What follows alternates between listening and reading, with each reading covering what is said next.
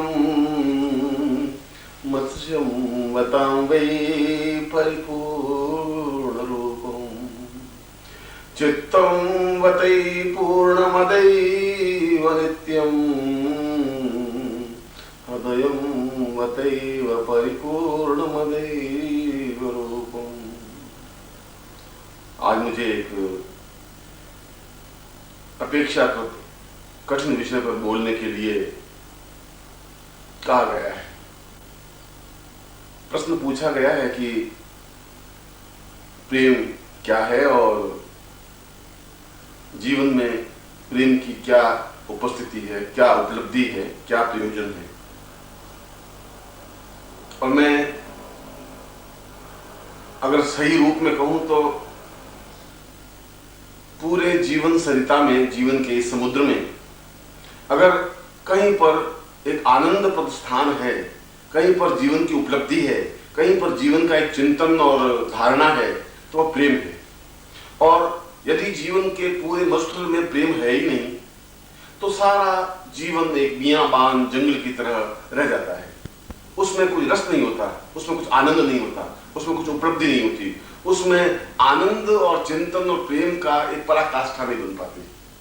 और इसीलिए मैं कह रहा हूं कि जीवन का कोई अर्थ नहीं है, जीवन का कोई महत्व नहीं है, जीवन का कोई तात्पर्य नहीं है।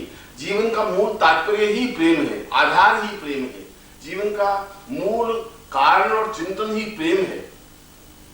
और मैं जब प्रेम शब्द बोल रहा हूं तो वह एक भक्त और भगवान का आपसी संबंध है, एक पूर्ण हृदय का हृदय से संबंध है, देह का देह से संबंध है, प्राणों का प्राणों से संबंध है। उसमें वास्तव नहीं है, उसमें क्षुद्रता नहीं है, उसमें ओछापन नहीं है, उसमें किसी प्रकार की न्यूनता नहीं है। और यह भी बिल्कुल स्पष्ट है कि बिना प्रेम के उस ईश्वर को प्राप्त ही नहीं किया जा सकता, क्योंकि ईश्वर को प्राप्त करने के लिए और कोई रास्ता बचा ही नहीं है। मंत्रों से और साधनाओं से सिद्धियां तो प्राप्त हो सकती हैं, आंख बंद करके ध्यान और साधना लगाने से अंदर तो गहराई में उतरा जा सकता है, मगर उससे प्रेम करने में, उसको प्राप्त करने में, उस ईश्वर को अपने आंखों से देख लेने में जो उपलब्धि प्राप्त करनी होती है, उसके लिए पहले शरीर के अंदर प्रेम का अंकुरण फोड़ना पड़ता है, प्रेम का एक बीज बोना पड़ता है, प्रेम का एक चिंतन स्पष्ट करना पड़ता है, प्रेम को भलीभांति समझना पड़ता है।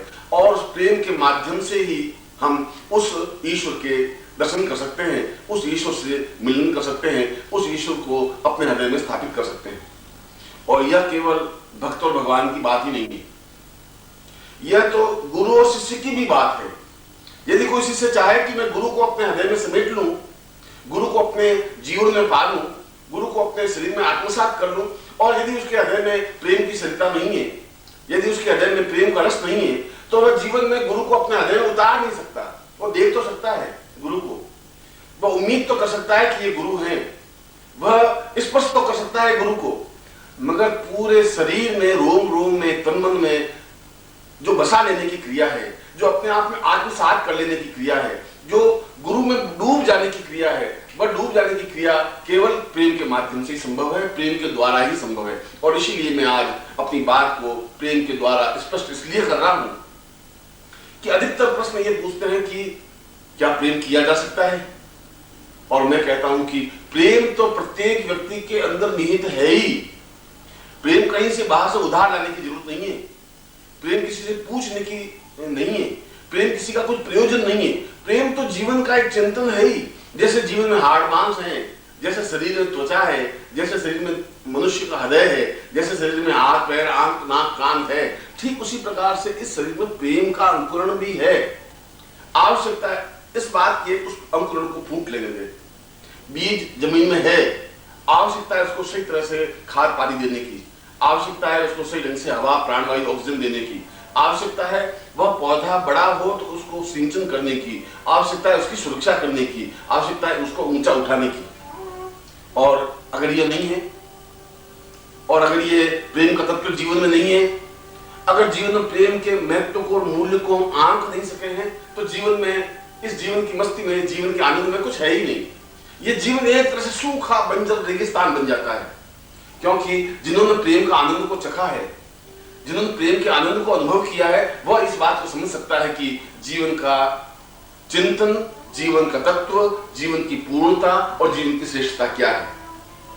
और इसीलिए हमारे पूर्वजों ने, हमारे साधकों ने, हमारे योगियों ने और हमारे वेदांतों ने और हमारे दर्शनों ने एक सुंदर तथ्य सामने रखा है कि उसने भक्त को एक स्त्री के रूप में माना। हमेशा अपने आप को स्त्री मान करके ही ईश्वर को पूर्ण पुरुष के रूप में मान करके उस संबंध को स्थापन किया।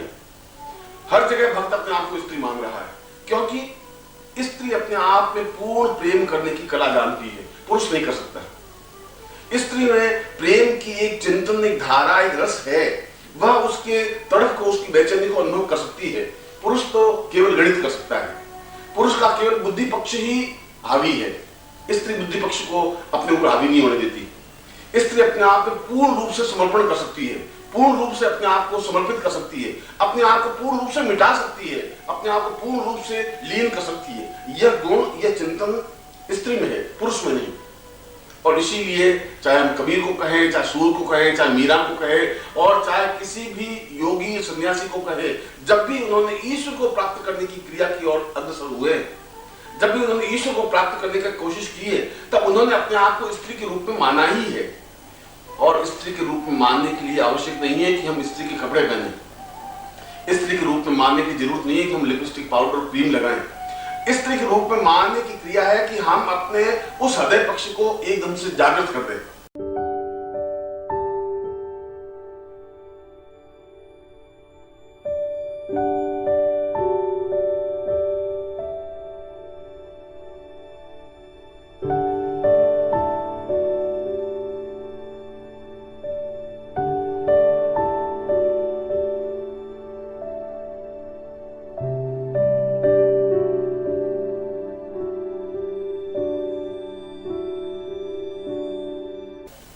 क्योंकि हृदय पक्ष का जागृत होने की क्रिया ही जीवन की पूर्णता है और हमारी सारी बुद्धि उस हृदय पक्ष पर हावी है।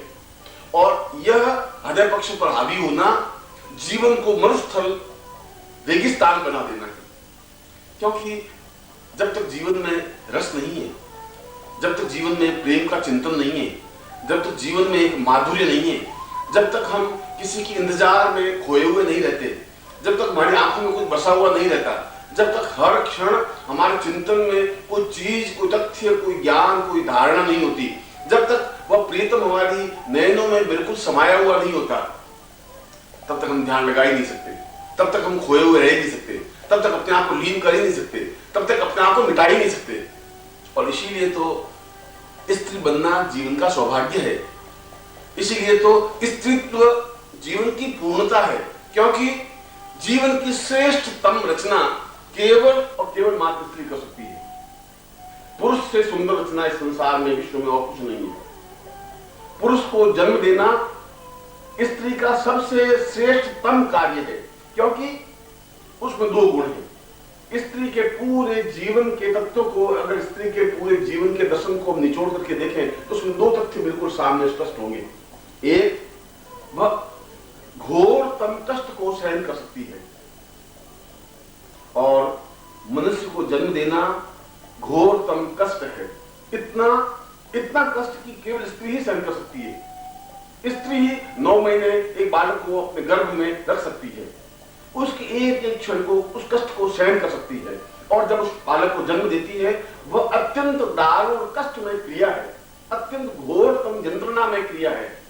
मगर यह यंत्रणा, यह घोरतम कष्ट केवल स्त्री सहन कर सकती है, पुरुष नहीं कर सकता है। और इसीलिए पुरुष की अपेक्षा स्त्री ज्यादा बलवान है इस रूप में कि वह सहन कर सकती है, पुरुष इतना सहन नहीं कर सकता है। और पुरुष अपने आप को हावी करने के लिए नदियां लांघता है, समुद्र में छलांग लगाता है, आकाश में उड़ता है, खतरे उठाता है, जोखिम भरे कार्य करता है। वह यह दिखाने के लिए करता है कि मैं भी तुम्हारे तरह सहन शक्ति रखता हूं, मैं भी तुम्हारे तरह कष्ट उठा सकता हूं, मैं भी तुम्हारे तरह यंत्रणा भोग सकता हूं। यह केवल अपने आप को स्त्री पर हावी होने की एक छलावा है, एक क्रिया है। मगर उस कष्ट को, उस दारुण वेदना को, उस चिंतन को वह पुरुष नहीं समझ सकता। दूसरी बात यह कि केवल मात्र स्त्री ही प्रेम करना जानती है।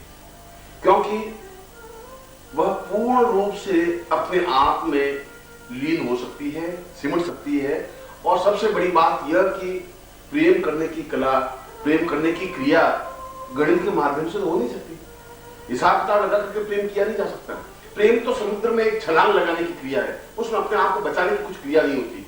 प्रेम तो अपने आप में डूब जाने की क्रिया है, और मनुष्य पूरी तरह से डूब नहीं सकता, मनुष्य पूरी तरह से छलांग नहीं लगा सकता, क्योंकि मनुष्य का बुद्धि पक्ष बहुत अधिक हावी है, स्त्री का हृदय पक्ष बहुत अधिक हावी है। इसीलिए भक्त हमेशा अपने आप को स्त्री के रूप में ही भगवान को प्राप्त कर सकता है। अगर भगवान को प्राप्त करना है, उस भगवान को साक्षात देखना है, उस प्रभु के सामने साक्षात नृत्य करना है, उस प्रभु के अपनी आंखों में बसा लेने की क्रिया है, तो स्त्री रूप बन करके ही देख सकता है। क्योंकि स्त्री की आंख में कुछ ऐसा है जो अपने आप को पूर्ण रूप से उस बिंब को समेट सकता है। मनुष्य आधा मस्तिष्क भाग से सोचता है, आधा हृदय भाग से सोचता है। वह एक क्षण सोचता है कि उचित है कि अनुचित है, यह करना चाहिए कि नहीं करना चाहिए, ऐसा करना ठीक रहेगा कि नहीं रहेगा, ऐसा करने से लोग क्या कहेंगे क्या नहीं कहेंगे, यह सब बुद्धि पक्ष से सोचती रहती है। और अगर ये सोचता है, वह प्रेम नहीं कर सकता, वह केवल ढोंग कर सकता है, वह केवल पाखंड कर सकता है, वह केवल छल कर सकता है। स्त्री छल नहीं कर सकती। अगर स्त्री प्रेम करेगी तो पूरी तरह से करेगी, अपने आप को पूर्ण रूप से समर्पित करके करेगी, अपने आप को पूर्ण रूप से डुबो देने की क्रिया करके करेगी। इसीलिए ये दोनों ही क्रियाएं स्त्री के पास ही है। घोरतम कष्ट सहन करना प्रेम का आधार है, क्योंकि उस वियोग में और कुछ है ही नहीं। वह प्रिय तो एक झलक के लिए दिखाई देता है और उसके लिए रुक जाता है। वह कहता है कि आंखड़ियां झाड़ी पड़ी, पंथ निहारी निहारी, आंचड़ियां छाला पड़िया, राम पुकारी पुकार। मेरे तो उंगलियों पे छाले पड़ गए हैं, उन दिन को गिनते गिनते। आज आएगा, कल आएगा, परसों आएगा, आज आने वाला है, कल आने वाला है, और सारी उंगलियां घिस गई है उस कृष्ण को इंतजार करते करते, उसके दिन गिनते गिनते। और मेरी बहुत सुंदर आंखों पे झाई पड़ गई है, हर क्षण में उस रास्ते पर, उस मार्ग पर देखती रहती हूँ कि अब कृष्ण आए, अब आया, न मालूम किस समय आ जाए। अगर मैंने एक क्षण के लिए पलक बंद की, वो आ गए तो मैं देख नहीं सकूंगी। और वो कहता है आंखड़ियां झाई पड़ी। मीरा कह रही है कि मेरे आंखों में झाई पड़ गई है, आंखों की रोशनी कमजोर हो गई है, मैं अब पूरी तरह से उस मार्ग को भी देख नहीं पा रही हूँ, मगर फिर भी मैं केवल एक ही चिंतन रखती हूँ कि वो कृष्ण किसी समय आ सकते हैं। क्या इतनी वेदना को सहन कर सकता है? पुरुष इतनी वेदना सहन नहीं कर सकता है। पुरुष तो केवल एक दिन, 2 दिन, 4 दिन जा करता है और एकदम से मुड़ जाता है। स्त्री ऐसा नहीं कर सकती। स्त्री गल जाती है, अपने आप को समाप्त कर देती है, अपने आप को मिटा देती है, जीवन भर के लिए अपने आप को समाप्त कर देने की क्रिया कर लेती है, क्योंकि उसमें इंतजार करने की शक्ति है। और यह इंतजार करने की शक्ति, यह वियोग सहन करने की शक्ति ठीक उतनी ही कष्टदायक है जितनी कि एक सुंदर पुरुष को जन्म देने का कष्ट। और इतना घोरतम कष्ट स्त्री सहन कर सकती है। इसलिए मैं कहता हूं कि प्रेम भी केवल मात्र स्त्री ही कर सकती है, सही ढंग से, पूर्ण रूप से, समर्पित भाव से, समर्पण भाव से। और इसीलिए जहां भी शिष्य है वह स्त्री बनकर के ही गुरु को प्राप्त कर सकता है, अपने आप में हृदय पक्ष को जागृत करके, अपने आप में चेतना प्राप्त करके, अपने आप में उस भावना को प्राप्त करके कि मैं केवल एक ही चिंतन,